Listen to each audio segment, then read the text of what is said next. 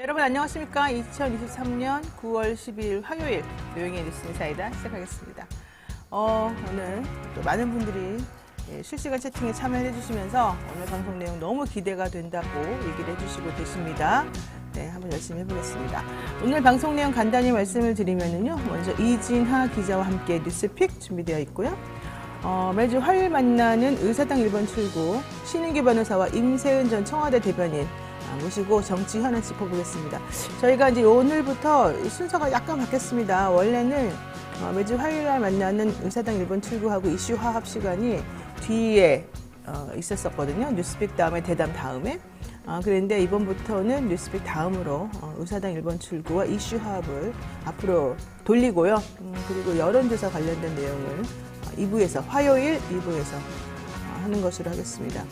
자, 마지막으로 그래서 오늘 돌리는 그런 날 첫 번째로 대담한 대담 시간에 더 탐사 강진구 기자와 함께 대통령실 관제 데모 사주 의혹 저희는 분명히 말씀드립니다. 의혹 관련 얘기 나눠보도록 하겠습니다. 자, 그리고요 본격적인 방송 시작에 앞서서 저희 30만 구독자 달성 이벤트 말씀드리겠습니다. 지난번에 공개드렸던 손편지 100일장 경이로운 영심 이벤트. 역시 우리 제작진이 얼마나 구시대적인지. 사실은 제가 계속해서 경쟁률이 거의 없을 것이다 말씀드렸잖아요. 정말로 거의 없었습니다. 한 통 있었습니다. 한 통 소개해드릴까요?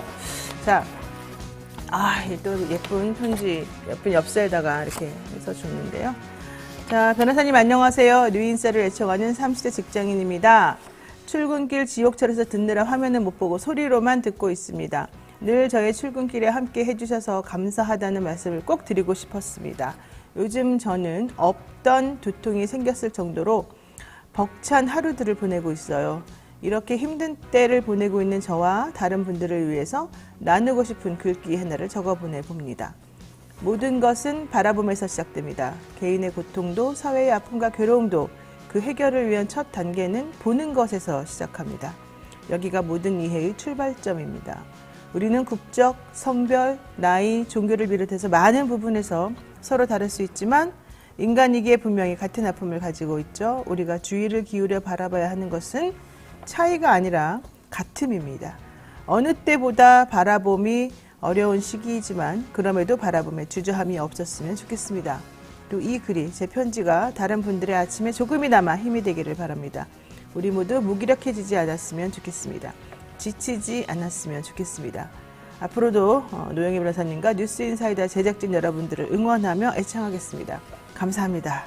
뉴인사를 애청하는 L 보냄. 이야, 진짜 이거는 정말 어떻게 이렇게 주옥 같은 글을 감동받게 쓰실 수가 있죠?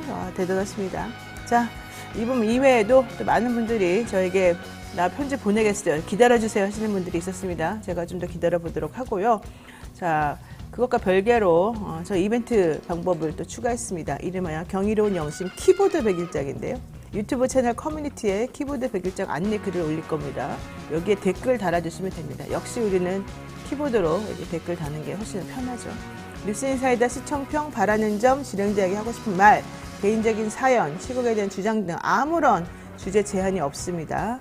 어떤 이야기도 괜찮습니다. 사연 뽑히신 분에게 고급 메모지, 그립톡, 텀블러 등 어디에서도 팔지 않는 한정판 뉴스인사이다 굿즈 보내드리겠습니다. 손편지 창구 여전히 열려있으니까 계속해서 참여해 주시고요.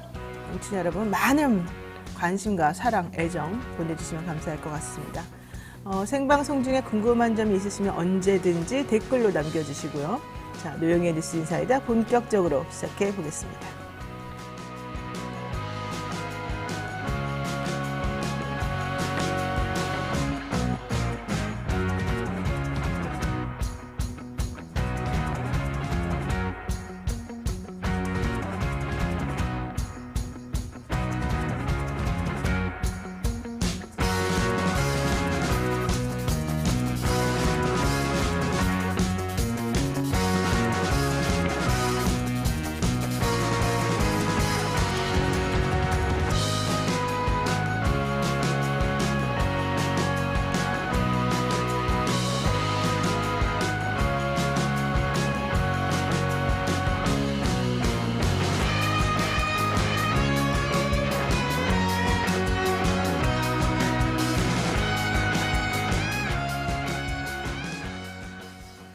네, 바쁜 아침 이것만은 꼭 알아야 된다. 여러분들께 엄선해서 뉴스를 전해드리는 그런 시간입니다. 듣기만 해도 이해가 쏙쏙 되는 뉴스픽 시간이죠. 오늘은 이진아 기자와 함께하겠습니다. 어서 오십시오. 네, 안녕하세요. 네, 제가 사실은 어제 이 방송심의위원회에서 KBS 주진우 라이브 그리고 MBC의 김종배죠, 김종배. 네. 죄송합니다. 그리고 김어준 이 세 분이 진행하는 프로그램에 대해서 주의 조치를 했다 이런 소식을 제가 들었어요. 근데 이제 가짜 뉴스를 혹은 내지는 반론 보도가 불가능하게 뭐 일방적인 얘기를 검증 없이 보냈다 이제 이런 얘기였었는데요. 그런 걸 보면서 야 이거 좀 진짜 시작됐구나 이런 느낌을 조금 받았었는데 방송 시상식이 또 어제 열리면서 네. 또 좀 이슈가 됐었습니다. 네, 소식 좀 전해드리겠습니다. 네. 방송통신위원회가 어제 있었던 방송대상 시상식에 KBS와 MBC 양대 공영방송 사장을 초대하지 않았습니다. 오. 지상파 3사 중에 유일하게 박정훈 SBS 대표만 참석했는데요. 방통위 관계자는 초청하지 않은 게 맞다며 방송대상 시상식 사상 KBS와 MBC 사장을 초청하지 않은 이례적인 일이 일어났지만 방통위에서는 구체적인 이야기를 사유를 밝히고 있지 않았습니다. 네. 그러니까 지상파 3사가 있어요. KBS, MBC, SBS. 네. SBS만 간택받았군요. KBS하고 MBC는 사장들이 초대를 아예 받지를 못했습니다. 왜를 모르는 거 아니에요? 근데 왜 그랬는지? 네, 이유를 모르는 상황이라서 어제 이제 이호찬 MBC 본부장이랑 강성원 KBS 본부장이 행사장 밖에서 이제 이동관 방송통신위원장 사퇴 촉구를 목소리를 내는 이제 기자회견을 준비하고 네, 있었어요. 맞아요. 예. 근데 이때 이동관 위원장이 이 모습을 이제 미리 확인한 건지 모르겠지만 이제 정문으로 원래 왔었어야 되는데 후문으로 들어가면서 행사장에 참석을 했기도 했습니다. 그러자 이제 언론노조 조합원들은 이 위원장을 향해 이동관은 사퇴하라, 뭐 물러나라, 당당하면 피하지 말라 이렇게 뭐 외치기도 했습니다. 또 맞아요. 이날 예. 네, 시상식에는 SBS 사장을 비롯해서 JTBC 대표 그리고 CJ ENN 대표 연합뉴스 TV 등 이제 다양한 이제 그 방송국의 사장님들이 이제 오셨는데 KBS와 MBC만 좀 빠진 거죠.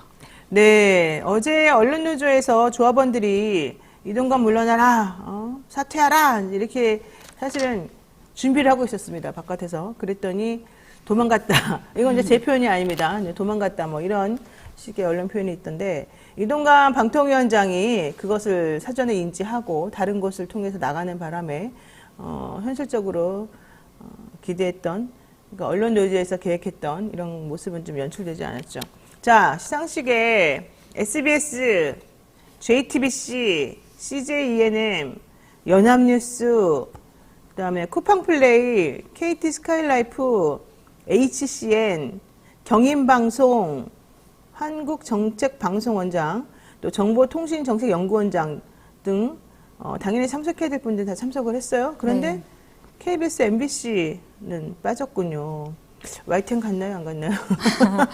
YTN을 확인해보지 못했는데요. 네, 예. 아마도 자, 이 위원장 그날 뭐라고 하던가요? 네, 이날 이제 기념 인사도 있었는데요. 사실 제 귀에 좀 들어왔던 이야기는 네. 그 기념 촬영 전의 이야기였는데요. 이 위원장이 최우수상을 받은 재벌집 막내 아들 이야기를 꺼내면서 처음부터 이 드라마를 끝까지 기다리면서 봤다. 개인적인 의견을 이제 내면서 또 다만 수상작 선정에서 눈꼽만큼도 관여하지 않았다. 제가 취임 전에 결정된 일이기 때문이다. 이렇게 이야기했고요. 또 대상 시상금이 2천만 원인데 이제 그때 과방위 위원들이 자리를 하고 있었거든요. 그러면서 예산을 좀 증액 부탁한다 이랬더니 이제 기념 촬영이 끝난 후에 이제 박정훈 SBS 사장이 위원장님이 계획하신 일을 그대로 하시면 여기 있는 모든 분이 행복할 것 같다 이렇게 말을 해서 밖에서는 이제 언론 노조가 비판적 목소리를 내는 거에 비해서 좀 상반된 목소리를 내서 제기를 약간 의심하게 하기도 했습니다. 재벌집 막내 아들이 좋았나 보죠? 네, 우리 그런 방통위원장님 생각에서는 저도 재밌게 봤습니다. 근데 수상작 선정에는 관여를 전혀 안 했다.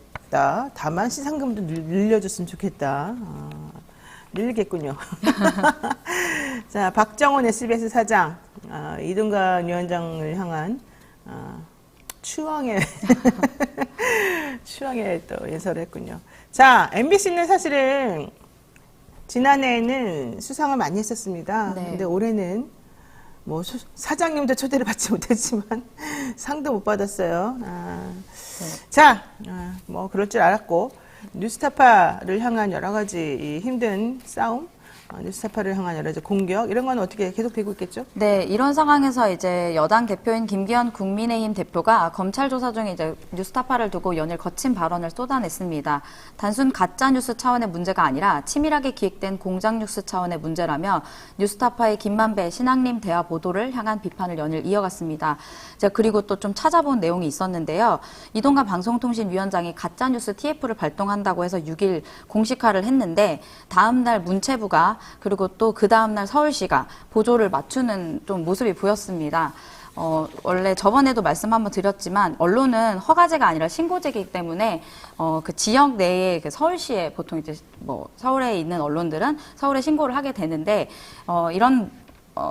이렇게 되면 제가 문체부에서는 일단 먼저 8일에 네이버와 카카오 등 거대 뉴스 포털이 가짜뉴스 핵심적인 유통 역할을 하고 있다고 말을 했는데요.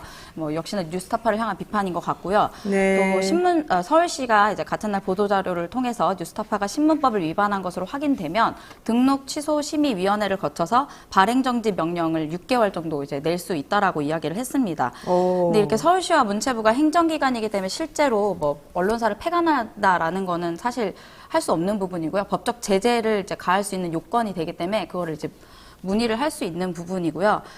이제 그런 내용 때문에 이제 언론들이 아무래도 상대적으로 위축될 수 있는 부분이 될 것 같습니다. 근데 이 얘기는 조금 더 이제 깊이 있는 내용은 내일 이제 최준봉 교수님께서 나오시니까 그때 좀 더 이야기를 나눠보면 좋을 것 같습니다. 아니 뉴스타파의 기사나 이런 것들을 인용보도 했다고 또 언론사들을 네. 그 경고 조치를 취하거나 여러 가지 좀 불이익을 주는 방식으로 하게 되면 타사, 특히 이제 정권의 비판적인 그런 목소리를 내는 그런 언론에서 내보내는 기사나 이런 것들은 아무래도 보도를 못하게 되겠죠? 그러니까 사실은 노리는 게 이제 그런 거겠죠. 뉴스타파를 직접 겨냥한 것도 있겠지만 뉴스타파와 같은, 뉴스타파와 유사한 식의 비판적 목소리를 내는 그런 매체들에 대해서는 인용 보도 자체를 하지 말아라. 그러니까 뉴스로서의 가치를 떨어뜨리고 이러라. 이런 얘기가 돼버려서 과연 이게 맞는 것인지 사실은 상당히 걱정하는 사람들이 많습니다. 이거는 정말 제가 봤을 때는 이게 2023년도 이런 일이 벌어진다는 것 자체가 이게 우리 1980년대에 있었던 네. 전두환 정부 당시. 그 당시의 것보다 네. 더 치밀하고 더 효과적인 것 같은데 과연 이게 맞는 것인지 국민들이 이런 상황을 받아들일 수 있을지 너무 걱정스럽습니다. 자, 두 번째 이슈 보겠습니다. 이번에 또 개각이 좀 이루어질 건가 봐요. 네, 인도네시아와 인도 순방을 마무리한 윤석열 대통령이 이르면 이번 주, 오늘도 이야기가 나오고 있는데요. 일부 부처 장관을 교체하는 방안을 검토하고 있다고 합니다. 문화체육관광부와 국방부, 여성가족부가 대상에 거론되고 있는데요. 문체부 장관에는 유인촌 대통령 문화체육특별보좌관, 그리고 국방부 장관에는 국민의힘 신원식 의원, 여성가족부 장관에는 김행 전 국민의힘 비상대책위원이 유력하다고 합니다. 김행 위원은 엄청나게 말을 거칠게 하면서 정권을 옹호하는 발언을 많이 했었었는데 역시 근데 제가 이상한 건 여가부 없앤다 그랬잖아요. 왜 없애지는 않고 계속해서 장관만 자꾸 주는 거죠? 네, 그래서 이번에 그 얘기가 나오는 게 감사를 받고 있는 장관직 교체 대상이 검토가 되면서 꼼수 개각이 아니냐 이런 비판의 목소리도 나오고 있고요. 네. 특히 여가부는 잼버리에 대한 감사원 감사를 받고 있어서 교체가 맞냐 이런 내부 의견도 나오고 있다고 합니다. 네. 또 국방부에서는 해병대 고 최상병 사건 외압 의혹이 있고 그래서 이제 제1야당에서는 민주당에서 이종석 국방부 장관에 대한 탄핵도 주장하고 있기 때문에 이제 교체 시기가 이제 좀 변수로 꼽히고 있는데 이제 다수의 복수의 이제 대통령실 관계자 발로 나온 얘기는요. 새 부처 장관을 동시에 바꾸는 것이 유력하기 때문에 문체부 장관만 바꾸거나 하진 않을 것 같다 이렇게 이야기를 했습니다. 아유 참네요. 이상하군요. 대통령실 안보라인도 교체가 된다고요?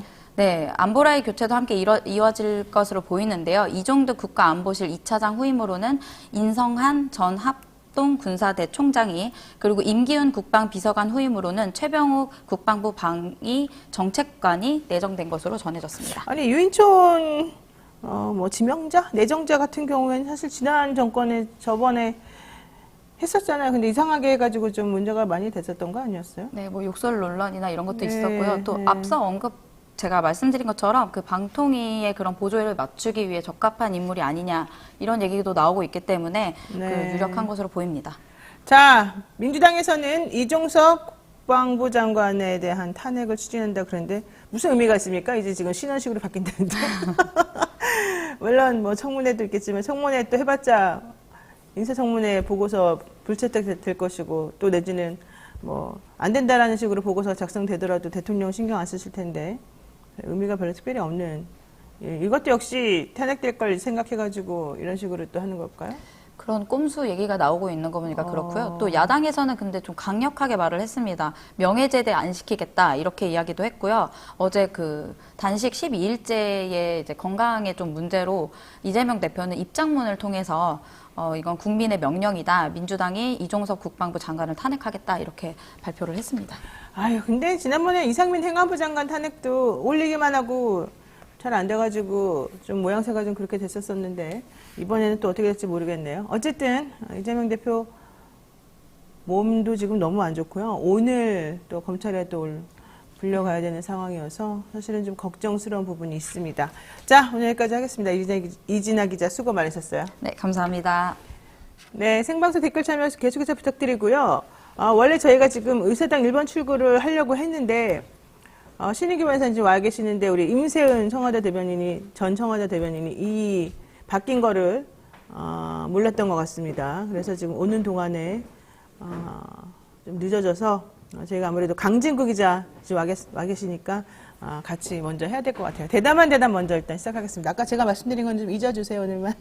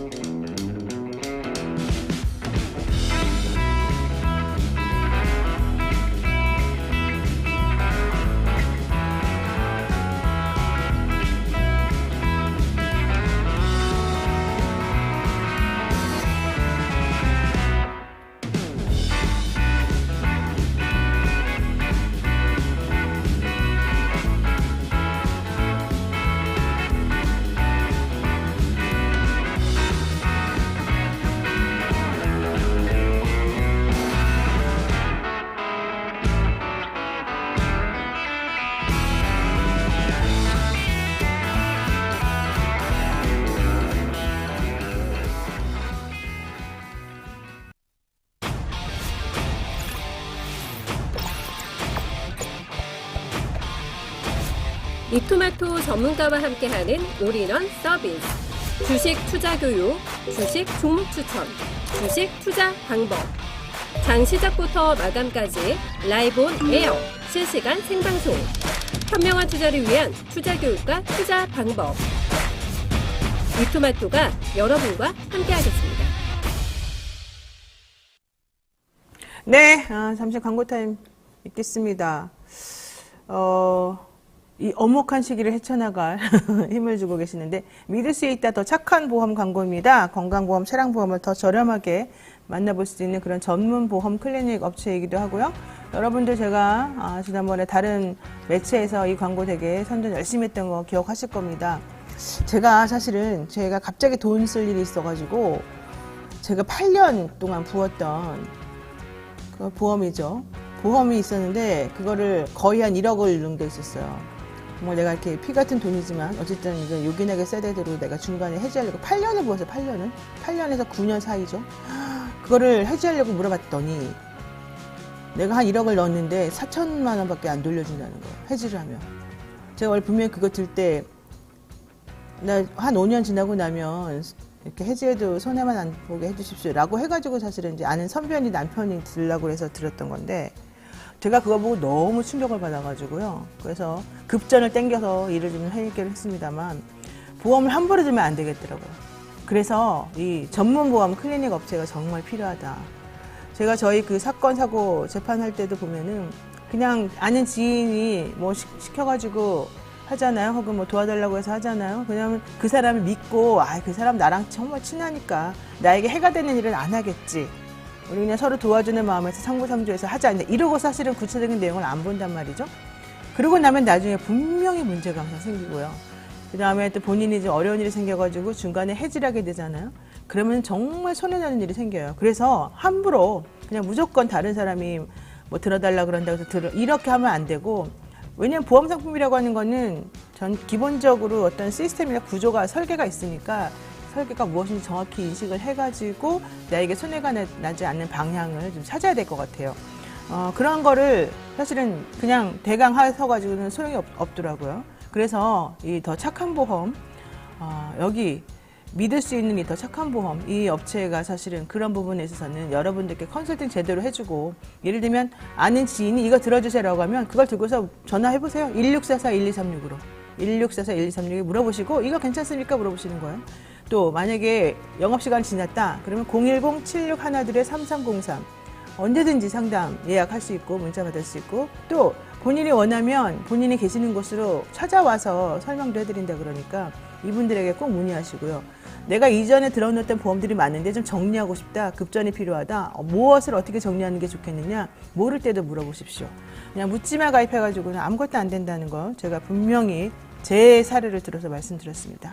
자, 더 착한 보험 클리닉, 전문 설계사가 부담되는 보험료를 합리적으로 줄여주기도 하고요. 보장은 최대한 유지해주는 그런 친절 상담해드리고, 우리 이제 과학적으로 하자고요. 뭐든지. 또 예약만 하면 어디든, 전국 어디든 무료로 방문 상담도 해주고요. 이분이 우리 뉴스인사이다 열혈 팬이라고 하셔서 제가 또 많이 마음이 가고 있습니다. 여러분들도 이 더 착한 보험 여기저기 지금 또 진보 매체에 많은 후원해 주시는 것도 알고 있을 겁니다. 자, 어쨌든 이번 기회에 제대로 된 점검 한번 받아보시고요. 상담 예약은 대표전화 1644-1236, 1644-1236, 쉽죠? 1236, 또 010-7612-3303, 010-7612-3303으로 연락하셔서 영업시간 외에도 편하게 예약하시기 바라겠습니다. 자, 영신이 분들 많은 관심 부탁드리고요. 이제 여러분들이 그렇게 기다렸던 강진구 기자 만나보겠습니다. 벤자민님께서 더 탐사 뉴스인사이다 영원하라 이렇게 또 응원해 주셨고요. 김효님께서 더 탐사 그는 목소리 잘 보았습니다. 갓진구 화이팅입니다. 이렇게 말씀해 주셨습니다. 바로 그 갓진구 그는 목소리, 제가 시민언론 더 탐사의 강진구 기자 모시고 한번 여러분들께 말씀드리고 싶습니다. 자, 민트님도 또 역시 후원해 주셨습니다. 강 기자님 어서 오십시오. 네, 안녕하십니까. 너무 오랜만에 뵙습니다. 네, 오랜만이네요. 네, 감기 걸리셨나 봐요, 목소리가. 감기는 아니고요. 그냥 그 목이 조금 잠겼는데 이틀 전에 좀 안 좋았고 그 뒤로는 좀 회복 단계에 있습니다. 너무 걱정하지 않으셔도 될 것 같습니다. 오늘 말씀하시는데 지장이 없겠죠? 네네. 어제 밤까지도 방송했습니다. 네. 그렇군요. 자, 먼저 저희가 이 근원 목소리 입수한 음성 파일 중에서 관련된 부분 한번 들어보고 본격적인 질문 이어가도록 하겠습니다. 밖에서 예. 국힘이라는 게 뭐 어디 그 쥐약 먹은 놈들로만 생각할 게 아니라 예. 아무리 국힘이 믿더라도 예. 이런 완전 내로남불, 저도 저 DJ 정권, 뭐 노무현 정권, 이명박 정권, 박근혜 정권 다 겪어봤지만 예. 이게 박근혜 정권만 돼도 예. 쥐들 잘못한 거 알아요. 그렇죠. 예. 그러니까 저게 엎어졌잖아요. 그렇죠. 예. 얘네들은 그런 게 예. 없어요. 그러니까 맞아요. 역사상 이런 정권이 없기 때문에 완전 무대뽀예요. 그러려고 얘네들은. 하면은 예. 국힘이 아무리 미워도 예. 국힘을 갖다가 플랫폼으로 할 수밖에 없다는 걸 인정을 하시죠. 아, 그걸 인정을 한 제가 거죠. 이거를 예. 저는 정권 교체하려고 나온 사람이지 대통령 하려고 나온 사람이 아니에요. 아, 그러니까 저도 알아요. 예. 저는 예. 대통령도 예. 저는 그런 자리 자체가 저한테는 예. 괜찮습니다. 솔직한 예. 얘기가. 그러나 또 국힘 안에서도 예. 많은 의원과 예. 또 저 원외 당협위원장이나 예. 당원들이 예. 빨리 들어와서 국힘을 접수해서 예. 이게 지금 이준석이 아무리 까불어 봤자 예. 3개월짜리입니다. 3개월짜리. 그러니까 아니, 밖에서 국힘이라는 게 어디 쥐약 먹은 놈들로만 생각할 게 아니냐. 아무리 국힘이 미워도 문재인 정권만 하겠냐. 지금 이 얘기예요. 들어보니까. 네. 역사상 이런 정권이 없기 때문에 국힘이 아무리 미워도 국힘을 플랫폼으로 할 수밖에 없다. 나는 정권 교체하려고 나온 사람이다. 대통령 하려고 나온 게 아니다. 나는 대통령 그런 거 귀찮아서 싫다. 이런 얘기고요. 또 하나. 국힘 안에서도 많은 의원과 원외 당협위원장들이나 당원들이 빨리 들어와서 국힘을 접수해라 이렇게 나에게 요구했다 이겁니다. 그러면서 이준석이 아무리 까불어봤자 3개월짜리다 3개월짜리. 근데 진짜 들어오신 다음에 3개월짜리 대표가 돼버렸죠 이준석 대표가. 네, 자, 이 음성 파일을 들어보시고 전체적인 총평을 한번 해주시죠. 예, 뭐 익히 윤석열 대통령의 그 스타일을 알고 있는 분들 입장에는 뭐 크게 충격이 아니라고 얘기를 하시는 분들도 맞아요. 있지만은 그런 얘기 많이 하더라고요. 또 다른 한편으로는 예상은 했지만 윤석열 대통령의 그 정치에 대한 인식이 이 정도로 천박할 줄은 몰랐다라고 또 반응을 보이시는 분들도 있고. 그렇죠. 네. 그러니까 지금 사실은 뭐 정치에 대한 어떤 큰 꿈이 있거나 어떤 어젠다를 가지고 우리 국민들을 위해서 뭔가 해보겠다 이런 얘기는 전혀 사실은 없고. 그렇죠. 네. 그냥 싸우겠다, 오로지 정권만 뺏겠다. 이제 이 얘기가 사실은 줄을 이루는 거예요. 그렇습니다. 정치를 통해서 뭔가 우리 사회나 세계를 어떻게 바꾸려고 하는 비전과 소신은 전혀 읽을 수가 없고 네. 예, 오로지 이 권력에 대한 그 욕심, 네. 그 권력을 갖기 위해서는 어떤 그 정치를 하나의 도구시하고 수단시하는 예, 그런 인식들이 뭐 가장 잘 나타나 있는 게 아닌가 싶습니다. 그러니까 저 소리를 들어보게 되면 그냥 정권 교체하겠다는 게 하나의 목표였고 유일 목표였기 때문에 지금 다 이루신 거네요, 그러면. 그렇죠. 그러니까 대통령을 통해서 뭘 하겠다라고 하는 것보다는 대통령 자리 그 자체가 욕심이 나서 대선에 출마했다라고 하는 걸 그냥 여과 없이 표출하고 있죠. 근데 혹시 저는 사실은 이제 저 파일 자체를 제가 가지고 있는 건 아니니까 네. 혹시 그냥 그런 특정 부분만 발췌해가지고 혹시 그렇게 들리도록 네네. 요즘 특히 이번에 그 방통위원장도 뭐라고 그렇습니다. 했습니다만 네. 혹시 인터뷰가 좀 왜곡되게끔 그렇게 발췌해서 우리에게 들려준 건 아닙니까? 아니 이제 뭐 대통령실에서 사실은 공식 반응이 그래서 저희도 좀 나오기를 지금 기대를 하고 있는데 일단 참고로 말씀을 드리면은 요 녹취 파일은 대략 한 5분 정도 되거든요. 25분 정도. 25분 정도 되는데 여기서 이 통화자 상대방 통화자의 발언은 이제 편집은 했습니다. 그분들은 뭐 이렇게 공적인 관심사안이 아니니까. 네. 그렇지만 여기에 등장 25분 통화 녹취에 등장하는 윤석열 대통령의 발언은 전부 편집 없이 다 그대로 저희가 소개를 한 겁니다. 그러니까 저희가 왜곡할 수 있게끔 뭔가 가미하거나 그런 건 없고 네. 이제 말하고 있는 상대방은 보호해야 되니까 네. 그것만 노출되지 않도록 했을 뿐 네. 다 원본 그대로다. 그렇습니다. 이런 얘기신 거죠. 그러니까 저희가 잘못해서 혹시라도 요즘에 특히 문제가 되고 있는 가짜 인터뷰 혹은 가짜 뉴스 네. 이런 거에 대한 우려는 사실은 없다. 이런 얘기 좀 네네네. 해주신 건데 네. 사인 간의 통화를 하더라도 어쨌든 내용이 가볍지만은 않고요. 사실은 저게 둘 간에 이루어진 통화인가요? 그러면 그렇습니다. 둘 간의 전화 통화입니다. 전화 통화? 네. 그러면은 사실은 그걸 보내준 사람이 그 대화 상대방일 수도 있겠네요. 저 모르는 통화 거. 상대방이 저한테 보내준 건 아니고요. 그건 아니고요. 예. 이제 저분이 사실은 이제 대통령 선거 과정에서 이제 상당히 꾸준히 일을 뭐 SNS를 통해서 이제 뭐 윤석열 대통령을 지지하는 그런 활동들을 활발히 하셨던 분인데 네. 대선 이후에 이제 주로 강승규 시민사회 수석이 네네. 이분한테 뭔가 자리를 줄 것처럼 이렇게 계속 좀 현혹을 하면서 굉장히 좀 꾸준히 일을 많이 좀 시켰어요. 네. 네, 그러니까 뭐 당대표 경선 과정에서 뭐 강신업 변호사를 주저앉히라고 하는 거, 뭐 MBC 바이든 날리면 사태 때 네네. 이제 뭐 관제 데모를 이제 부추기는 이제 이런 꾸준 일들을 많이 시켰는데 결과적으로 약속했던 자리를 주지는 않았거든요. 그래서 결국 이분이 결국은 이용만 당했다라고 이제 어느 순간 생각하면서 네. 자신이 이 활동을 하면서 했던 녹취 파일들 몇 개가 있거든요. 네. 이런 게 여권 내부에서 상당히 사실 흘러다니고 있었고 여권 내부에서 알만한 사람들은 이 녹취 파일의 존재를 다 알고 있었던 겁니다. 그렇군요. 네, 근데 그런 과정에서 이제 저희한테도 이제 입수가 이제 된 거죠. 그러면 어쨌든 배신당했다고 생각하는 사람들이 네. 내부적으로 이제 있고 네. 입을 열기 시작했다. 네. 이렇게도 볼 수 있겠네요. 1년 이제 3개월 정권 출범하고 난 뒤에 이제 벌써 1년 3개월, 4개월 되지 않습니까? 네. 그러니까 농공 행상을 기대하고 굉장히 오랫동안 참아왔었던 사람들이 그렇지요. 이제 1년 3개월이 되도록 약속했던 자리가 없고 그리고 이제 자기하고 이제 경쟁 관계에 있었던 사람들이 자기는 배제가 됐는데 어떤 자리에 뭐 낙하산으로 앉고 이러면은 점점 더 심리적인 박탈감들이 더 강화되지 않겠습니까? 그렇죠. 내년 총선이나 이런 때에서도 또 자기가 배제된다라고 하면은 아마 이와 유사한 폭로가 여권 내부에서 계속 잇따르지 않을까? 그러니까요. 사실은 이제 총선 공천이 또 사람들의 관심일 테니까 공천을 위해서 뭔가 그동안에 참았던 사람들이 배제가 되면 또 문제가 생길 수도 있고 요즘은 MB계들이 워낙 득세하고 있는 상황이기 때문에 사실은 이 검찰 라인에서 올라가신 정치하려고 하시는 분들 입장에서도 좀 곤란하다 이런 소리들이 들리는 거거든요. 그러니까 아마 이 복마전이 또 내부적으로는 있을 수가 있겠습니다. 그럴 거로 보입니다. 예.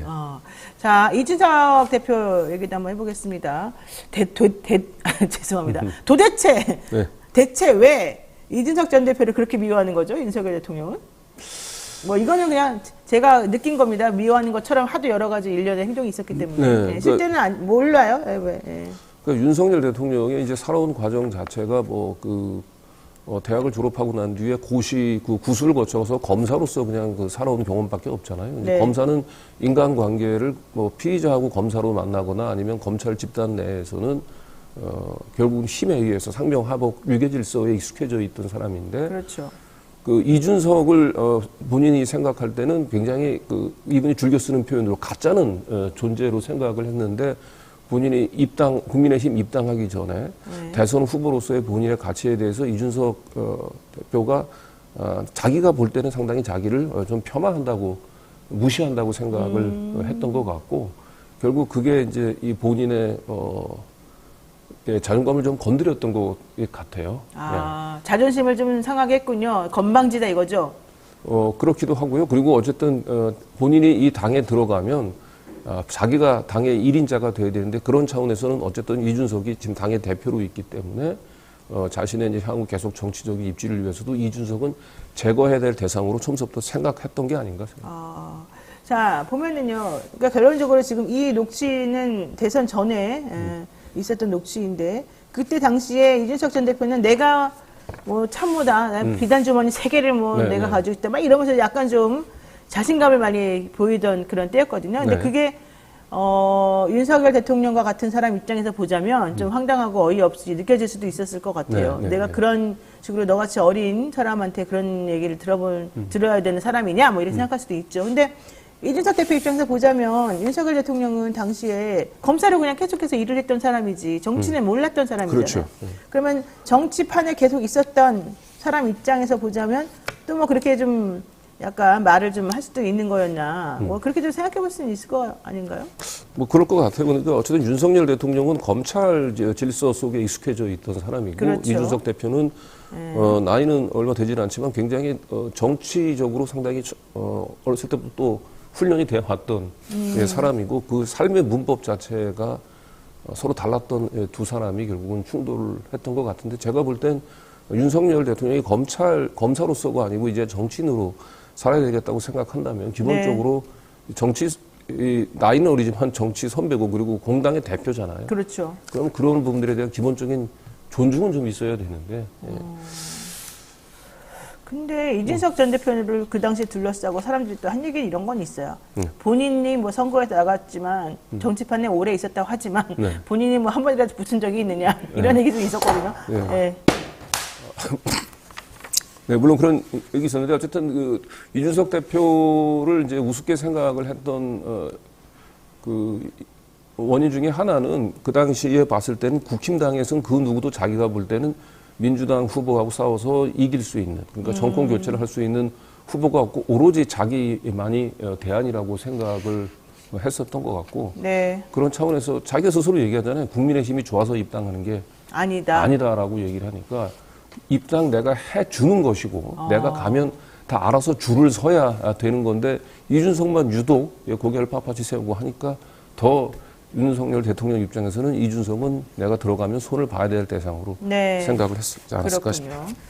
그러면서 계속 3개월짜리다. 내가 가면 다 정리한다. 이런 얘기를 이제 계속해서 하고 있어요. 자, 이 전 대표, 당시 본인은 사실은 내가 열심히 해가지고 됐다라고 되게 자부심을 가지고 있는 상황이었었기 때문에 음성 파일을 공개한 다음에 좀 놀라는 그런 모습을 좀 보였거든요. 네네. 혹시 뭐 연락이 온다거나 뭐 이런 적은 없었습니까? 사실은 이제 그 보도 다음 날 저희가 이준석 대표를 직접 인터뷰를 하기 위해서 접촉을 했는데요. 그렇죠. 해봐야죠. 그날 이제 낮 시간대까지만 해도 저희 저녁에 한번 저희하고 한번 인터뷰 약속을 한번 맞춰보자라고 운을 좀 뒀었는데 막상 네. 저녁 시간에 보니까 그 전에 이미 여러 공중파 방송을 가면서 이 문제의 녹취에 대해서 자신의 입장들을 선명하게 다 얘기를 했거든요. 그런데 아직까지는 이제 본인이 어쨌든 지금 국힘당하고의 이제 그 관계도 있어서 그런데 국힘당 입장에서는 저희 더 탐사는 거의 뭐 그 공공의 적이지 않습니까? 그렇죠. 그래서 그 공공의 적인 더 탐사를 통해서 자신의 입장을 발표한다는 것 자체가 그게 본인에게는 좀 아직도 부담이 된 것 같아요. 그래서 그래요? 저희한테는 뭐 그냥 완곡하게 아직 이 문제에 대해서 자기가 아직 입장 정리가 안 됐다라고 하는 이유로 이제 인터뷰를 이제 사양을 하긴 했는데 이미 본인의 뭐 입장은 다른 공중파에서 다 밝혔죠. 그렇죠. 네. 더 탐사라고 하는 플랫폼 자체가 좀 부담스러웠던 것 같습니다. 그래요. 사실은 이제 더 탐사는 또 네. 요즘에 뉴스타파랑 비슷하게 그렇게 되고 있기 때문에. 네. 자, 그런데 이준석 전 대표가 그 당시에 이런 말 했던 거 기억이 납니다. 네. 윤핵관 성님들, 앞으로는 제가 뭐라고 하지 않겠습니다. 이랬잖아요. 네네네. 그러니까 대통령이 이렇게까지 나를 하려고 했었던 그게 있으니 당신들이 그렇게 하는 거 내가 이해한다. 내가 사실은 당신들을 직접 비난할 이유가 전혀 없다. 그 뒷배경에 있는 대통령이 사실은 나를 이렇게 한 거라고 난 알고 있다. 이런 뜻으로 좀 보면 됩니까?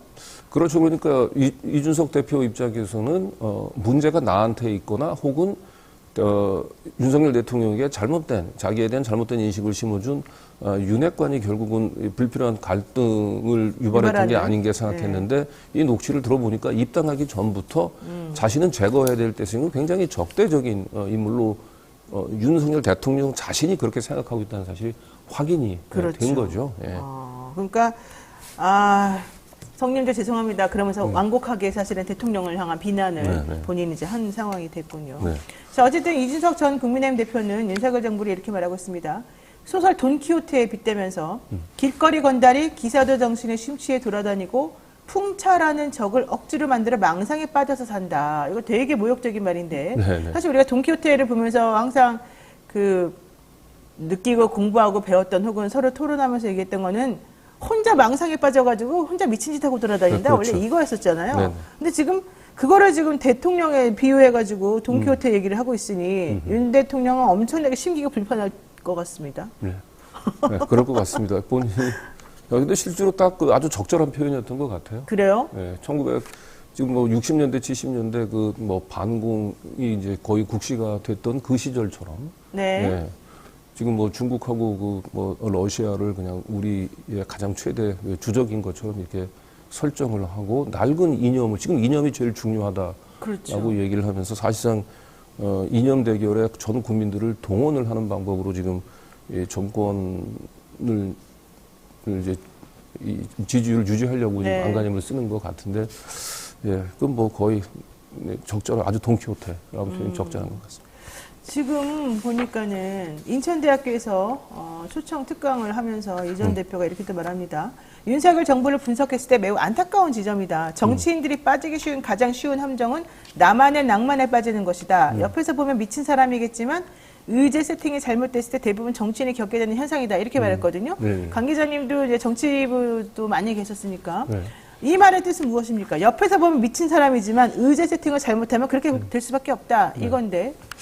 그러니까 저도 정치부 기자 생활을 좀 하긴 했지만 이제 법조 출입 기자 생활도 많이 오래 했는데 보통 검사 출신 정치인들의 특징이 자기 신념, 자기 확신이 굉장히 강한 사람이고 자기를 굉장히 영웅시하는 자기를 스타일이 있고요. 절대 선으로 생각하죠. 그렇죠. 그리고 네. 중요한 거는 남의 얘기를 듣기보다는 주로 자기의 얘기들을 다른 사람들한테 이제 좀 강요하고 주입하고 네. 그런 스타일에 좀 사실은 익숙해져 있죠. 네. 그런데 사실은 이제 그런 이 검사 출신의 정치인들이 그런 얘기들을 할 때 주변에 있는 참모나 이런 부분들이 그런 부분들이 좀 적절하지 않다라고 지적하는 사람들이 거의 없어요. 그러다 보니까 자기가 사실은 뭐 검사로서는 아무리 유능하더라도 정치로서 초보 정치인으로서 뭔가 배워야 되고 부족한 부분들을 채워 나가야 되는데 여전히 검사로서의 소영웅 심리가 그대로 정치에서도 이어지고 하다 보니까 결국은 네. 지금 이제 이준석 대표가 얘기했던 그런 오류에 빠지는 게 아닌가 싶습니다. 그러니까 지금 이준석 대표도 말했지만, 그러니까 아무것도 없는 흰 도화지 상태에서 옆에 있는 사람들이 부추겨서 대통령을 잘못된 길로 인도하는 줄 알았더니 네. 그게 아니라 대통령 스스로가 그런 생각 가진 사람이더라. 네. 이제 이게 핵심인데, 그러면은 결과적으로는 대통령 주변에 있는 사람들은 대통령에게 한마디도 못하고 뭐 이게 이렇게 하면 안 됩니다. 이런 조언도 사실은 하기가 어려워진다. 그런 조언을 이렇게 보겠네요. 했다가 어떻게 된다라고 얘기한 걸 이준석 대표가 가장 잘 보여주고 있는 거고. 내가 한번 해봤더니 아예 그냥 되기도 전부터 나를 이렇게 말살하려고 한다. 이런 상황이 되겠군요. 네, 그리고 이 강신업 변호사를 지난 당대표 선거 과정에서 김건희 팬카페를 운영을 하고 누구보다 김건희 씨가 그 굉장히 위기에 처해 있을 때 누구 앞장서 가지고 그렇죠. 김건희 씨를 이제 김건희 살리기에 앞장섰던 사람을 갑자기 왜 당대표에서 이렇게 주저앉히려고 했을까라고 생각을 해보면은 강신업 변호사가 대선 이후에 굉장히 쓴소리를 사실 많이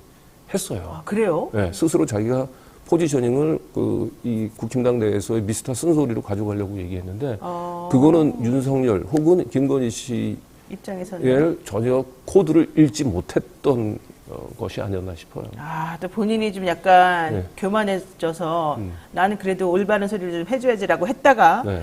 심기를 거슬렸군요. 예, 그러니까 윤석열 대통령에게 필요한 거는 쓴소리가 아니고 자기가 굉장히 잘하고 있다 그리고 자기를 떠받치고 있고 추앙하는 그런 목소리 들으면 이제 익숙해져 있는데 그걸 네. 예, 지금 안 그래도 강신업 변호사가 저하고 이제 연락을 하면서 그때 당시에 네. 특히 당대표 선거 나갈 때 되게 억울했었다. 네. 특히 그때 강승규 시민사회 수석이 그 지인하고 통화하면서 강신업 좀 주저앉혀라. 네네네. 나 정말 화 많이 났다. 근데 이런 얘기를 저한테 이제 하더라고요. 네네네.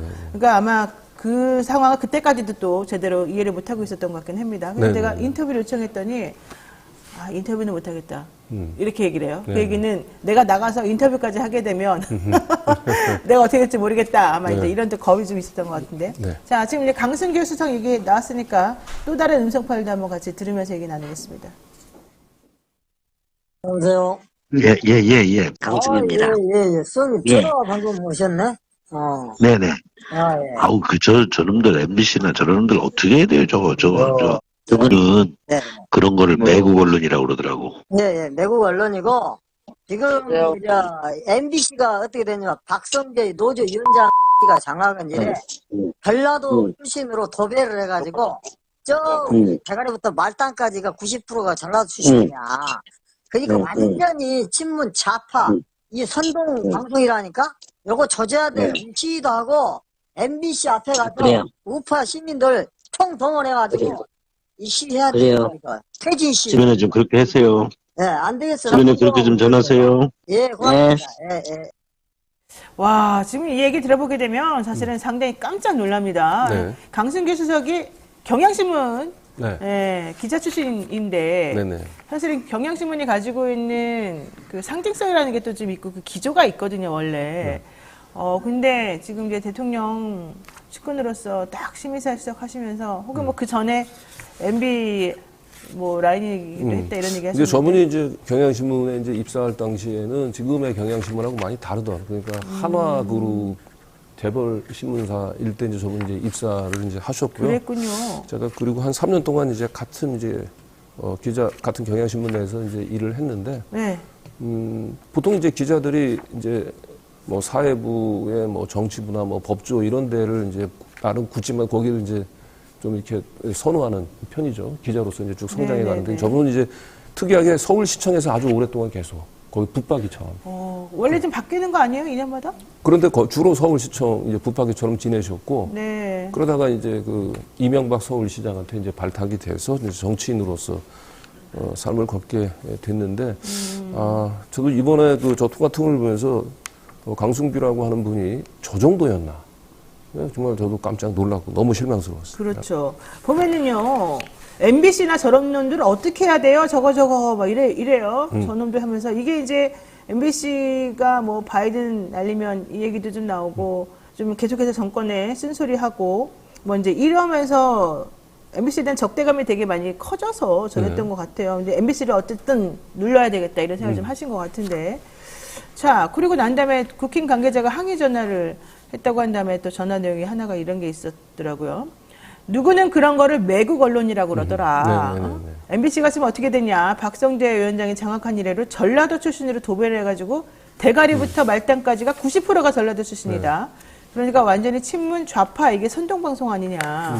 이거 조져야 된다. 시위도 하고. MBC 앞에 가서 우파 시민들 총동원해서 시위해야 된다.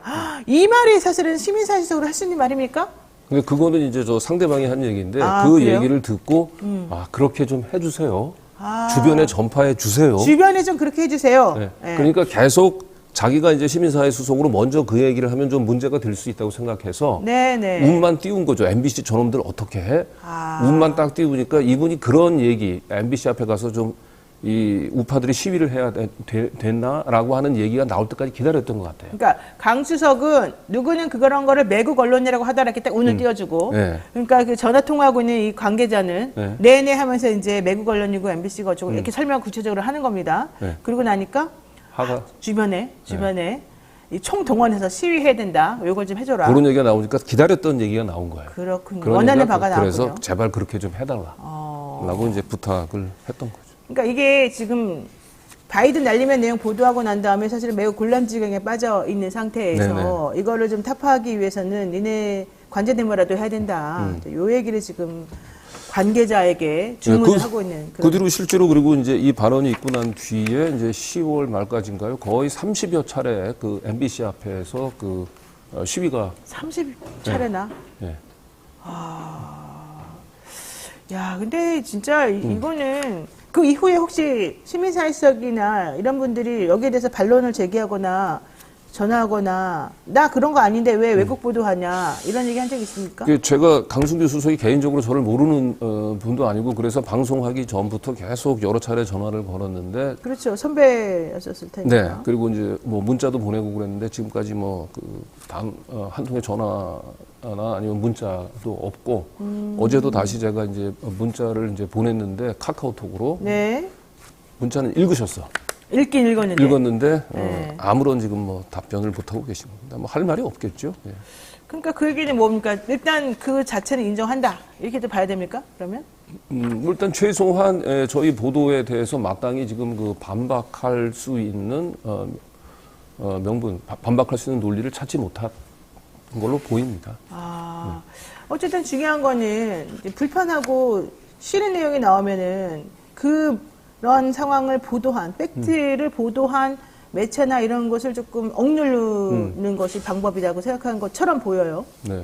이제 저희 더 탐사에서 늘 보도하면은 이제 국힘에서 즐겨 쓰는 또는 대통령이 즐겨 쓰는 논리가 있죠. 네. 그 청담동 술자리 했던 그 가짜 뉴스의 지론지인 더 탐사에서 보도한 걸 믿느냐라고 얘기를 했는데 이번에는 차마 그런 논리, 그런 얘기까지 지금 하질 못하고. 일단 목소리가 있죠. 나왔으니까 그런 거 아닙니까? 네. 네. 저희는 말씀드립니다. 뉴스토마토에서는 언제든지 이 녹음 파일과 관련해서 제보 주시거나 반론을 펼치실 의향이 있으신 경우에 연락 주시면 우선적으로 저희가 그분들을 모시고 반박하는 말씀 좀 들어보고 싶습니다. 왜냐하면 더 탐사에서 사실은 이 그놈 목소리 이 공개한 게 시간이 꽤 됐습니다. 그런데 어디에서도 이와 관련해서 공식적으로 반박하거나 이런 얘기를 한 적이 없습니다. 뭐 윤재욱 그 국힘당 원내대표가 이제 대통령이 국힘당에 입당하기 전 이제 사적인 대화. 사적인 거다. 그렇게만 이렇게 얘기하고. 말씀하셨죠. 예. 근데 내용에 대해서는 사실은 부인하거나 반박하거나 네네. 그런 적이 없고, 저희도 그래서 이 말이 어떤 맥락에서 나왔는지, 왜냐면은 맥락을 전체를 모르면 또 왜곡될 수 있으니까, 네네. 그런 부분에 대해서 확인을 하고 싶으나, 그런 부분에 대해서는 저희들이 할 수 있는 방법이 없었다. 이 말씀을 꼭 드리고 싶습니다. 네. 자, 근데 중요한 건 이거죠. 결론적으로 이 모든 일련의 행위들은 언론을 통제하거나 언론을 길들이는 방식으로 옛날부터 많이 써오던 그런 방식으로 지금 보여진다는 그렇습니다. 거거든요. 진짜 어때요? 언론사에 계셨으니까 좀 정권의 억압도 많이 받고 그러지 않습니까? 네, 저는 뭐 그래도 비교적 뭐 진보 언론이라고 얘기하는 네. 경향신문에서 대부분의 기자 생활을 이제 보냈기 그렇죠. 때문에 직접적으로 정권의 외압을 느끼지 못했습니다. 다만 광고주, 삼성의 광고주의 이제 외압은 뭐 여러 번 직접 경험을 했습니다만은 안타까운 거는 사실상 우리가 이 윤석열 정권이 등장하기 전까지만 해도 한국의 언론 자유 지수는 굉장히 높았어요. 언론의 이제 책임 지수가 떨어져서 그런 거죠. 언론사가 책임을 안 지는군요. 네.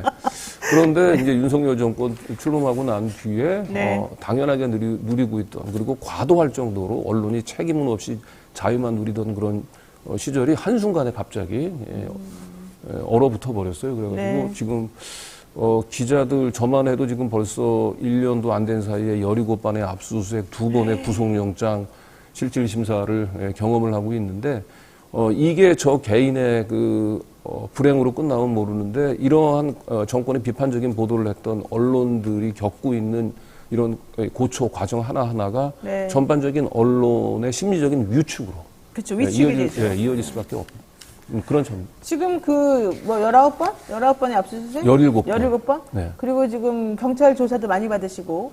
예, 경찰 조사는 뭐 거의 저희 일상이 됐습니다. 지금. 일상이 됐어요. 네. 막 집까지 사람들이 막 집도 찾아오고. 집으로 2번씩이나 이제. 그러니까요. 그런데 그 사건들이 결론이 났습니까? 한참 됐는데. 아직까지 제가 뭐 기소된 거는 한 건 정도 있는데 그건 네. 오세훈 시장과 관련된 뭐 방실 침입죄로 뭐 제가 방실 침입죄. 그 강의실에 뭐 취재하러 갔었는데 오세훈 기수 부인 그걸 이제 방실 침입으로 기소한 거 외에는 네.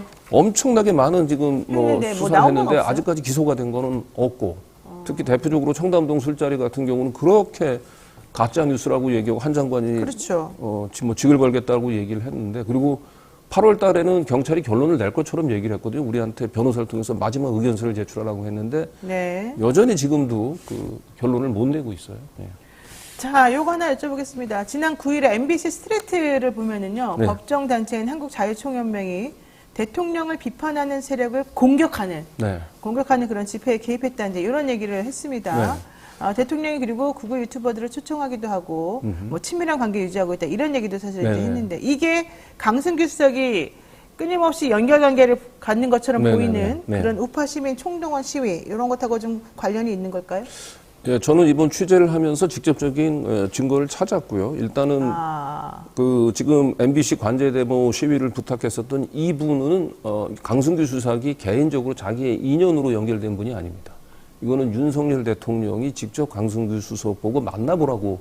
그건 강승규 수석이 어제 저희가 방송에서 얘기했지만 자기 스스로 인정을 한 거예요. 통화에서 드러났고요. 네. 그리고 앞으로 우리가 추가로 이제 보도를 이제 하게 될 텐데 이렇게 그 대선 과정에서 윤석열 대통령의 이제 그 결사 옹의 그분들의 표현에 따르면 그래서 옹의를 하려고 했었던 이런 극우 논객들 또는 유튜버들을 뭐 자유총연맹이라든지 아니면 바르게 살기 운동 협의회라든지 이런 관변 단체하고 연결 지으려고 하는 그리고 그 역할을 시민사회 수석에서 담당했었다는 저희 구체적인 증거를 확보했습니다. 아, 그렇군요. 자, 뉴스타파에게도 하나만 여쭤보겠습니다. 김만배 신앙님 인터뷰 두고 지금 아주 난리가 났습니다. 언론사를 폐간하겠다, 뭐 제재를 강화한다 이런 얘기 나오는데 더 탐사가 보기에는 지금 이 상황이 어떻게 흘러갈까요? 저는 뭐 성공할 수 없다고 봅니다. 성공할 수 없다? 예, 이재명 그 대표에 대해서 정치검찰이 뭐 7차례 지금 소환을 했나요? 뭐 그럼에도 불구하고 지금 제대로 지금 뭐 수사를 해서 뭐 돈을 받은 걸 밝혀내지 못했듯이 지금 뭐 신앙님 전 언론노조위원장이 김만배 씨하고 한국일보 손후배고 개인적인 그런 친분과의 뭐 금전적인 거래가 있었던 것 같아요. 그거 자체는 적절하지는 않지만 그것만을 가지고 그 신앙님 위원장이 김만배 씨하고 인터뷰했던 내용들 이 자체를 허위 인터뷰라고 얘기하고 그리고 뉴스타프의 대다수 편집진들이 그냥 신앙님 노조위원장이 보여준 녹취 파일을 듣고 이걸 당연히 허위인 줄 알면서도 이걸 고의로 내보냈다. 예, 이거는 사실은 상상하기조차 힘든 일이에요. 예, 이런 걸 아무리 검찰이 끼워 맞추려고 해도 이거는 뭐 성공하기 어렵다고 봅니다. 사실 그 인터뷰의 핵심은 부산저축은행 사태 때 좀 봐주기가 있었느냐 없었느냐 이게 이제 핵심인데. 맞습니다. 결국 부산저축은행에서 특히나 대장동 사건 같은 경우는 아예 지지도 않았죠. 건들지도 않았지 않습니까?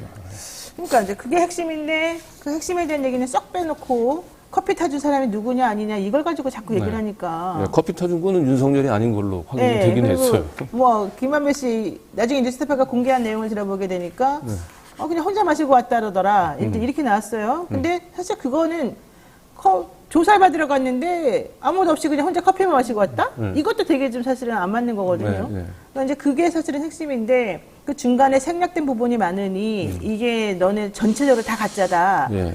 이렇게 하는 게 과연 맞는지 이런 거에 대한 논의가 좀 저는 있었으면 좋겠다라는 개인적인 생각입니다. 자, 우연희님께서 강진구 기자님 최고입니다. 라고 하셨고요. 드래곤님께서 끝까지 불의와 싸워서 기필코 승리하시길 바랍니다. 이러셨고요.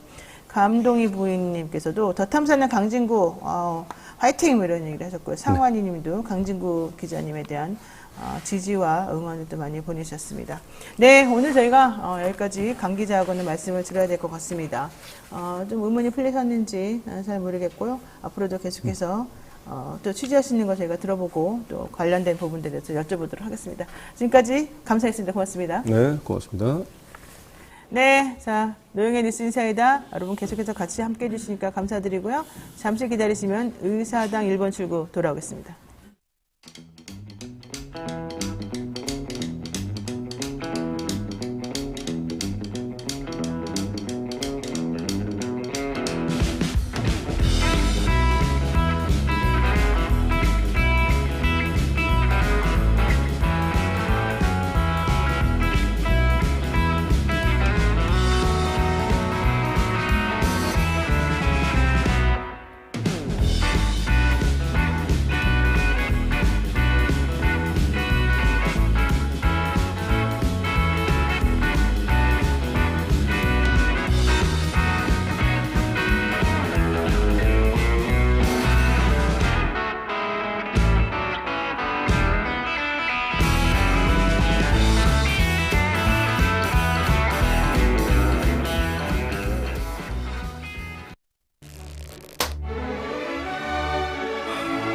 오늘따라 집중이 잘 안 된 것 같아. 모름지기 공부는 깨끗한 책상에서 해야 잘 되는 거.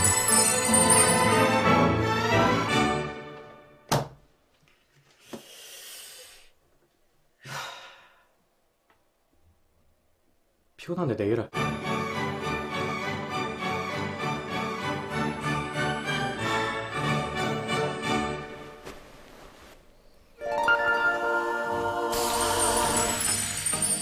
걱정 마세요.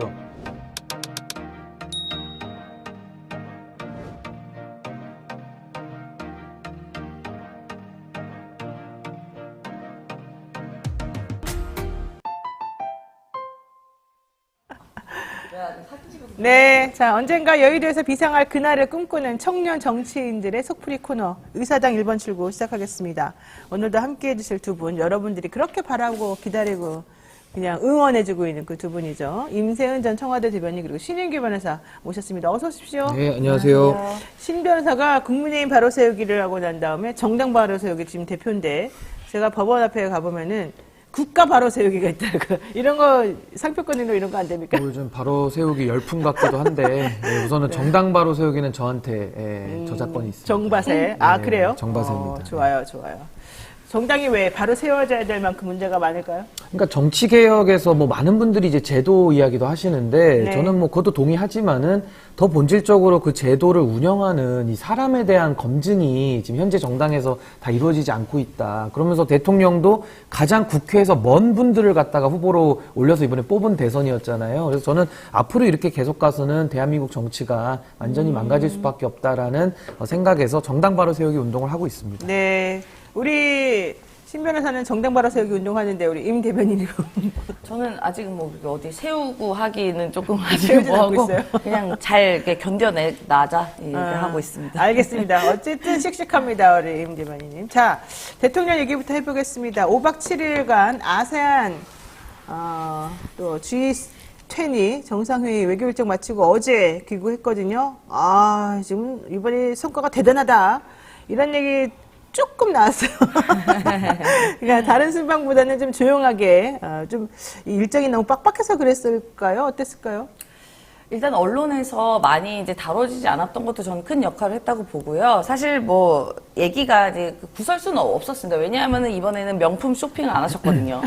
예, 그리고 네. 네, 뭐 드러나지 않았던 것 중에 하나는 이제 저희가 아직도 저는 답답한 면이 뭐냐면 우리 애국가가 나올 때 왜 아직도 이 가슴에 손을 올리는 게 정확하지 못하냐에 대한 안타까움이 있습니다. 네. 왜냐하면은 그때도 이게 애국가 올리면 손을 올리고 내리고 자연스러워 되는데 아직까지 못하고 계신다게 여러 장면에 포착이 됐다고 답답한 지점이 있고요. 네. 우리가 지금 재정이 매우 빈약한 그렇죠. 상황입니다. 여러 경제도 어렵고요. 그런데 녹색 기후에 400억, 그다음에 우크라이나에 3조 7천억 가량을 한다고 했을 때가 제가 좀 매우 답답한 면이 있습니다. 지금 우리나라 지금 경제 성장 1.5%입니다. 그리고 여러 가지 경제 상황이 너무 많이 어렵고 재정이 적자가 난 게 너무 오랫동안 됐어요. 근데 3조 7천억 가량의 재정을 갑자기 또 우크라이나에서 또 기분 좋게 하신 걸 보고 네. 매우 답답한 면이 있었고요. 그리고 특히나 또 이건 지적 안 할 수가 없는데요.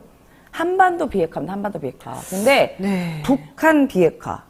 그럼 남한은 핵이 와도 된다는 얘기인지 모르겠습니다만 여러 가지 상황상 좀 너무 이게 미국과 일본에 너무 이렇게 딱 붙어 있는 외교가 위험한 상황이다가 저는 보여졌습니다. 이번에. 네, 그랬죠. 자, 어쨌든 지금 국민들이 걱정하고 있는 거는 대통령이 돈을 너무 많이 퍼주더라, 외국에.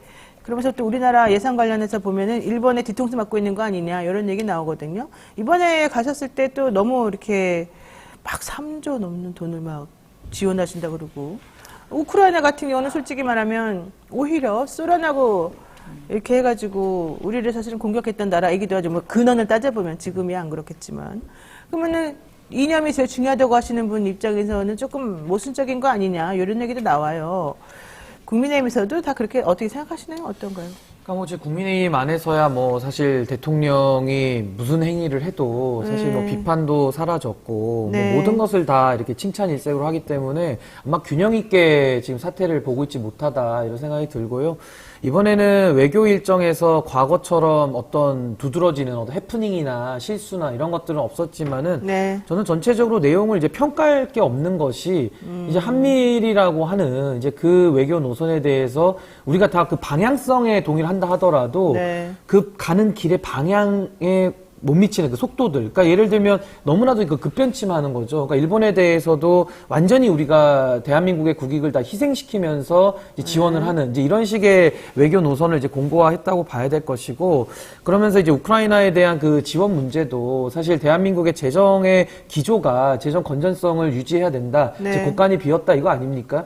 근데 거기에 대해서도 아무리 이제 지원을 하더라도 뭐 국내적인 최소한의 합의 절차나 그런 네. 내부적인 의사 수렴이 있었어야 되는데 마치 대통령이 자기 주머니에서 용돈 주듯이 이런 식으로 하는 것은 좀 비판을 피하기가 매우 어렵다. 그러니까요. 사실은 그렇게 큰 돈을 그렇게 그냥 쉽게 우리 주겠다 이렇게 말하는 거는 좀 부담스러운 부분이 분명히 있고 이게 나중에는 계속해서 내가 와보니까 완전히 재정이 엉망진창이더라 이런 얘기를 계속해서 하셨던 분인데 그러니까 지금 보조금 같은 것도 그래요. 뭐 예를 네. 들면은 뭐 시민단체 과도하게 쓰였던 거 당연히 그거 잘못 쓰인 잘못됐으면, 부분에 대해서는 네. 당연히 교정해야 된다 이렇게 전 국민이 동의하실 텐데 또 최근에는 보면은 자유총연맹인가요? 거기에 네. 대해서는 뭐 극우 유튜버들 자문위원 위촉해주고 예산을 뭐 폭탄 지원하겠다고 장제원 의원이 얘기하고 있고 그러니까 이런 식으로 뭐가 말이 네. 앞뒤가 안 맞거든요. 그러니까 그렇죠. 이런 부분들은 시급하게 좀 교정이 돼야 된다 이렇게 봅니다. 맞습니다. 어쨌든 남을 돕는 것도 좋지만 능력껏 자기 상황에 맞게 해야 되는 건데 그런 부분이 어떤지 잘 모르겠습니다. 자, 대통령 또 돌아와가지고 지금 개각 얘기를 하고 있습니다.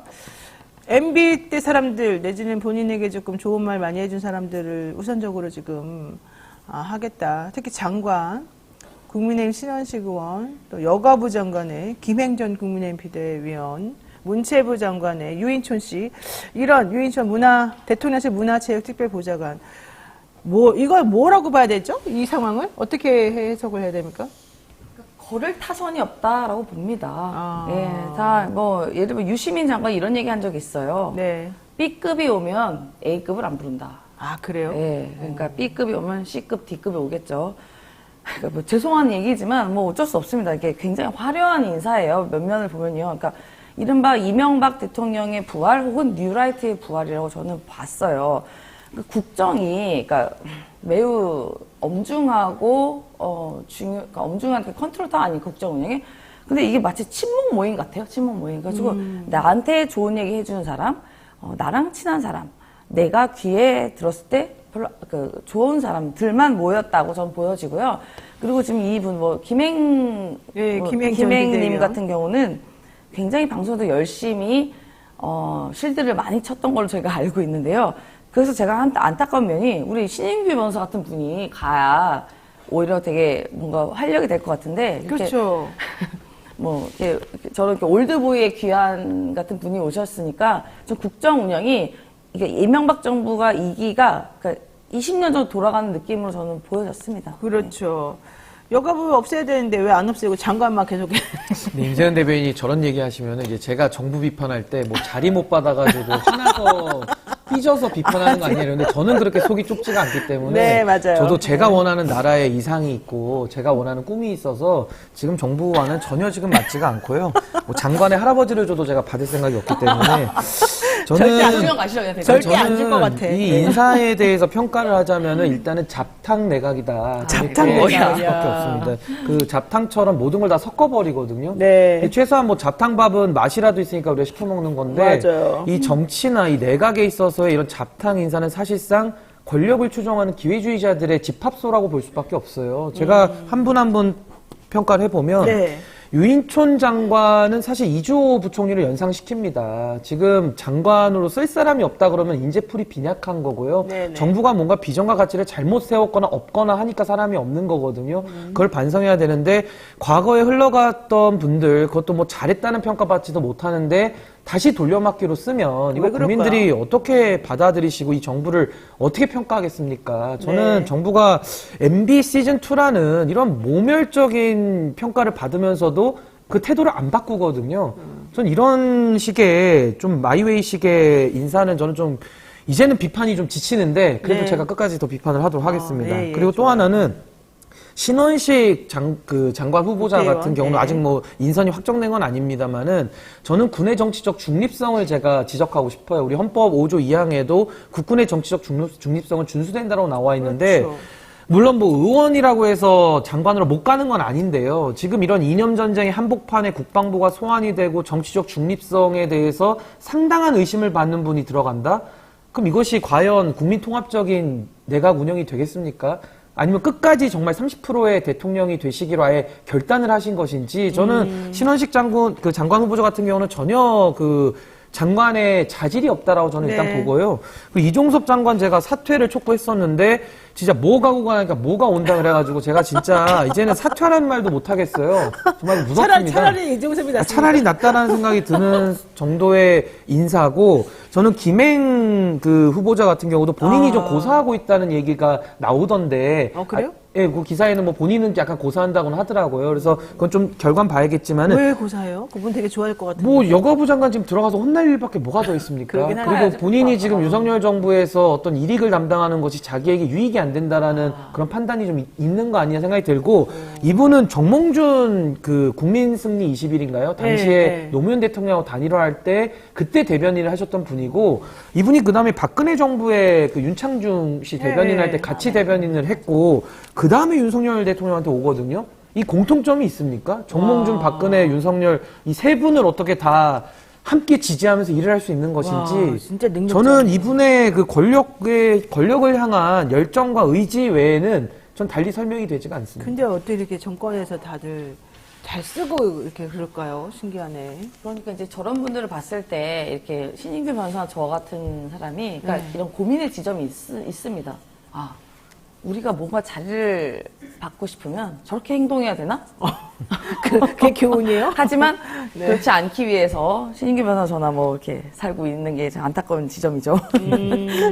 알겠습니다.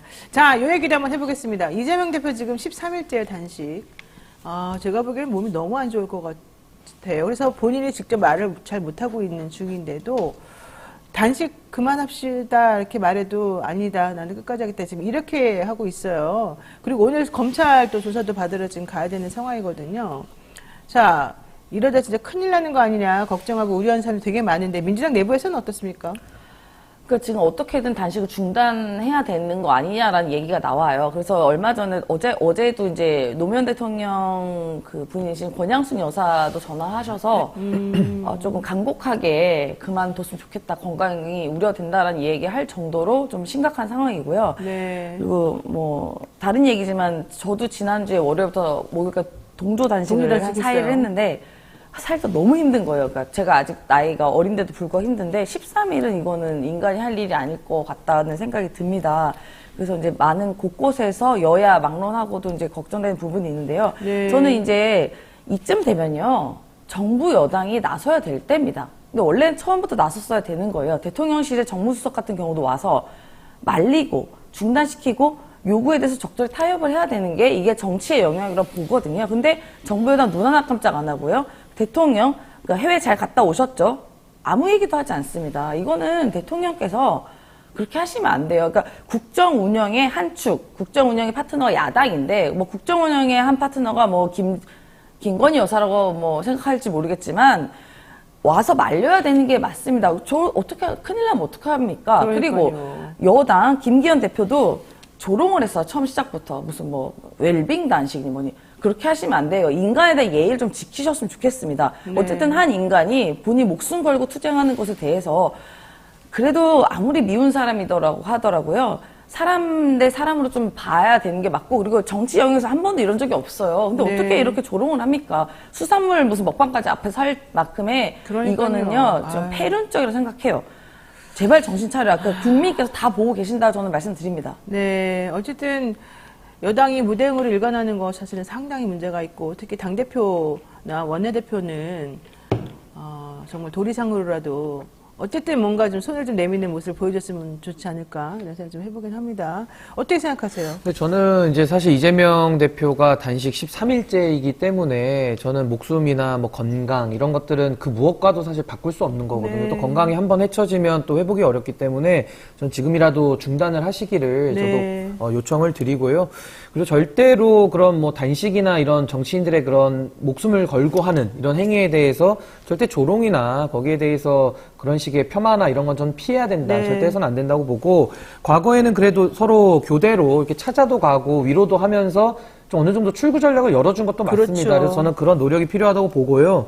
다만 저는 지금 참 대한민국 정치 현실을 진단할 때 한쪽에서는 이념 전쟁하고 있고 또 한쪽에서는 여러 가지 그 단식의 명분을 국민들이 크게 동일하지 못하는데도 단식이라고 하는 가장 극단적인 상황을 끌어들여가지고 지금 정치 한복판에다 갖다 놨거든요. 그렇다면 이 이념 전쟁과 이 단식 투쟁 앞에서 결국 그럼 국민들은 도대체 어디에 있는가를 전 한 번은 좀 생각해 봤으면 좋겠어요. 그러니까 이재명 대표에 대해서도 지금 뭐 단식 중이시니까 제가 길게 더 얘기할 필요는 없지만은 네. 결국 정말 국민들이 마음에 있습니까? 그 윤석열 대통령도 정말 국민들이 마음에 있습니까? 네. 저는 그게 느껴지지가 않아서 과거 우리가 솔로몬 재판에도 나오지만은 아이를 놓고 가짜 엄마는 아이 반 갈라가지고 반씩 나눠 갖자 그러거든요. 솔로몬 재판에서. 근데 진짜 어머니는 반으로 가르느니 자기 자식이기 때문에 그냥 가짜 엄마한테 주라 그래요. 근데 저는 지금 왜 솔로몬의 재판에서 나오는 왜 그 가짜 엄마들만 자꾸 그렇게 많이 보이는지 네. 참 저는 그 부분이 매우 안타깝습니다. 자, 진짜 건강 너무 지금 우려되고 걱정되고요. 특히 오늘 저는 검찰 출석이기 이건 좀 너무 인간적으로 심한 거다라는 생각이 좀 들어요. 왜냐면 그냥 건강한 사람이 가도 검찰 매우 수사는 힘들죠. 정말 힘들거든요. 자, 이런 상황인데 검찰이라도 좀 정치인들은 그렇다고 치더라도 검찰이라도 조금 그런 부분에 있어서 좀 배려 내지는 인간적인 측면에서의 어떤 목숨이 달린 문제니까 그런 거 좀 해줬으면 좋겠는데 좀 안타깝습니다. 자, 하나 이 얘기도 해봐야 됩니다. 강서구청장 보궐선거 후보 등록 마무리가 됐습니다. 이게 총선 전에 있는 유일한 선거라서 매우 중요한 선거입니다. 이게 여야에 대한 국민들이 어떤 생각 가지고 있는지를 좀 알 수 있는 바로미터가 되는 거거든요. 이게 정말 여기서 둘 다 목숨 걸고 사실 여당하고 야당이 민주당하고 국민의힘이 목숨 걸고 싸우는 그런 방식이 되고 있어요. 근데 여기다가 지금 대법원에서 확정 판결 받았고 이 사태를 사실은 만들어낸 바로 그 사람을 강서구청장의 후보로 지금 국민의힘이 내세운다는 거 아니겠습니까? 물론 이제 경선을 한다고는 하지만 이거를 우선 이거는 제가 우리 그 심연아한테 먼저 여쭤볼게요. 이거 어떻게 봐야 됩니까? 지금 사실 있을 수 없는 일들이 지금 계속 연달아서 이루어지고 네, 있는 현실인데요. 사실은 지금 뭐 국민의힘에서는 경선이라는 외피를 써서 사실 하겠다고 하지만은 그러면 김태우 구청장이 지금 귀책에 원인을 갖고 있는 분인데 이분을 왜 사면복권을 해줍니까? 그러니까요. 사면복권을 해서 경선 붙여서 나가면 결국 이거 김태우 구청장이 되라는 얘기거든요. 그래서 네네. 참 이런 식으로 국민을 우롱하는 정치가 전 언제까지 지속돼야 되는지 참 개탄스럽고요. 그리고 민주당 같은 경우는 이제 그 진교훈 경찰청 차장 네네. 출신을 이미 전략 공천을 했어요. 그래서 아마 좀 사활을 걸고 아마 이 선거에 임할 것 같은데 이렇게 되면은 윤석열, 이재명, 윤석열이라고 하는 또 대리전이죠. 대리전이 시즌 3입니다. 네. 이게 내년 총선까지 이어지면 이제 아마 시즌 4거든요. 그래서 아마 국민들이 언제까지 이 대립적 갈등 속에서 정말 말도 안 되는 상황을 계속 겪고 있어요. 그러니까 이제 면역이 되는 나쁜 면역이 되는 것 같은데 저는 이 사안에 한해서는 전 국민의힘이 절대 김태우 구청장에게 저는 경선을 통해서라도 후보 자격을 줘서는 안 된다고 보고요.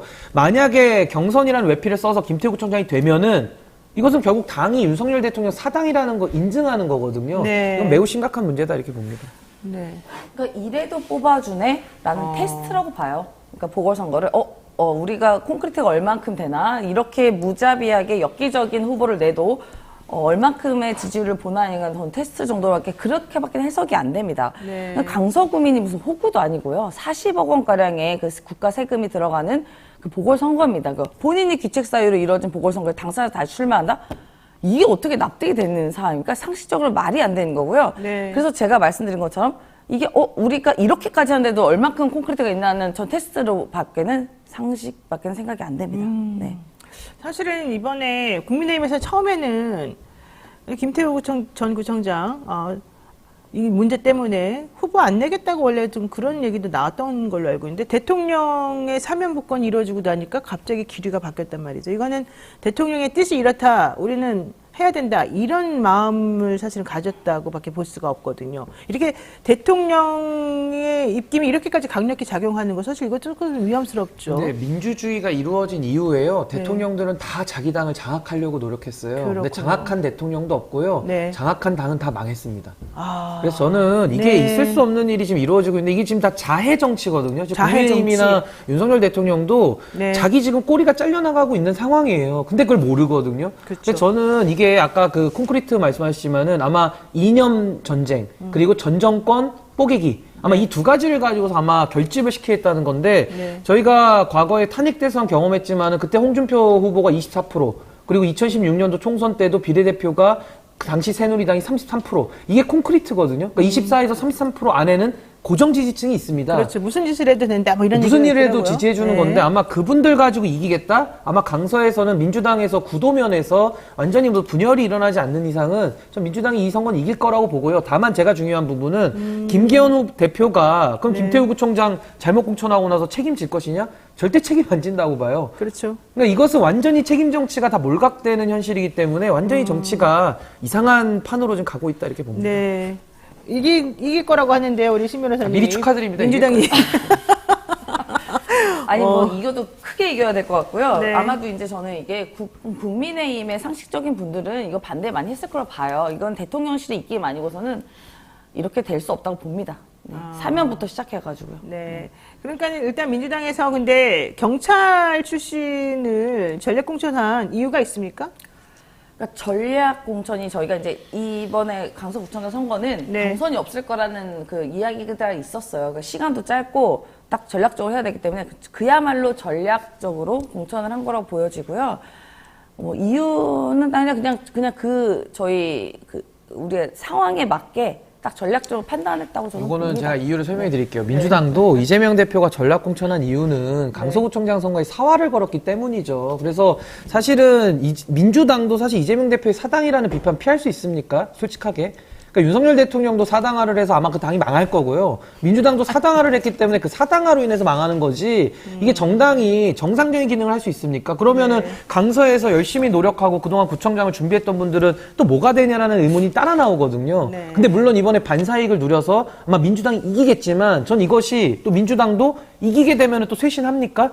그냥 그대로 엑셀 밟는 거거든요. 그것이 아마 민주당에도 부메랑이 또 돌아온다. 왜 근데 언제까지 이런 서로 반사적 이익을 갖다가 누리는 정치를 해야 되는지 저는 이해되지 않고, 마지막으로 전 김태우 구청장한테도 문제를 삼고 싶어요. 아니 아무리 정권 차원에서 그분을 사면법권까지 해서 출마를 시켜준다고 해도 저 같으면은 염치가 없어서 못 나갈 것 같거든요. 그 구민들 볼 염치가 있고 지금 막 돌아다니면서 페이스북에 사진 올리고 다니는데 그럴 염치가 있다라는 것이 저는 참 놀랍고요. 이것은 있을 수 없는 정치를 하고 있다. 구청장 자격이 없는 분이라 저는 생각합니다. 근데 뭐 그러니까 그분 보통 입장에서는. 재보궐 같은 경우는요, 네. 그동안에 쭉 봤을 때 여당 심판에 이제 그런 게 많이 있었고요. 그리고 특히 우리 민주당 같은 경우에도 재보궐에는 경선을 하다 보면 그 안에서 또 치열하게 싸우다 보면 또 이렇게 적이 생기다 보니까 그런 어떻게 판단이 될 수밖에 없는 상황도 있습니다. 네. 그렇군요. 아니, 근데 오히려 경선을 해야 사실은 그 내부 분열이 사라집니다. 그러니까 오히려 반대로 좀 말씀하신 거라서 전략 공천을 하면 오히려 분열이 또 심화되죠, 사실은. 근데 재보궐은 좀 달라서 그래요. 재보궐은. 여기는 그냥 재보궐 일본 경선하는데 총선. 근데 이거는 이제 국민의힘은 재보궐. 경선을 하지만 이 경선은 사실상 외피를 쓴, 이것은 정말 국민 기만적인 경선이기 경선에 때문에 외피를 쓴 아마 이거 김태우 구청장 거의 될 거라고 저는 확신하고요. 그렇죠. 이거는 국민들한테 이렇게 하면 안 된다고 저는 봅니다. 사실 뭐 김태우 대 우리 또 경찰청 출신의 이분의 싸움이 됐는데요. 지켜보도록 하겠습니다. 국민들이 바보가 아니라는 거를 이번에 좀 보여줘야 되는 거 아닌가 생각이 듭니다. 자, 두 분하고 말씀 여기까지 나눠야 될 것 같습니다. 고맙습니다. 네, 감사합니다. 네, 노영의 뉴스인사이다. 오늘 방송 여기까지 저희가 준비한 거고요. 내일은요, 최준봉 교수와 함께 오겠습니다. 내일 아침 7시 30분에 다시 뵙겠습니다. 고맙습니다.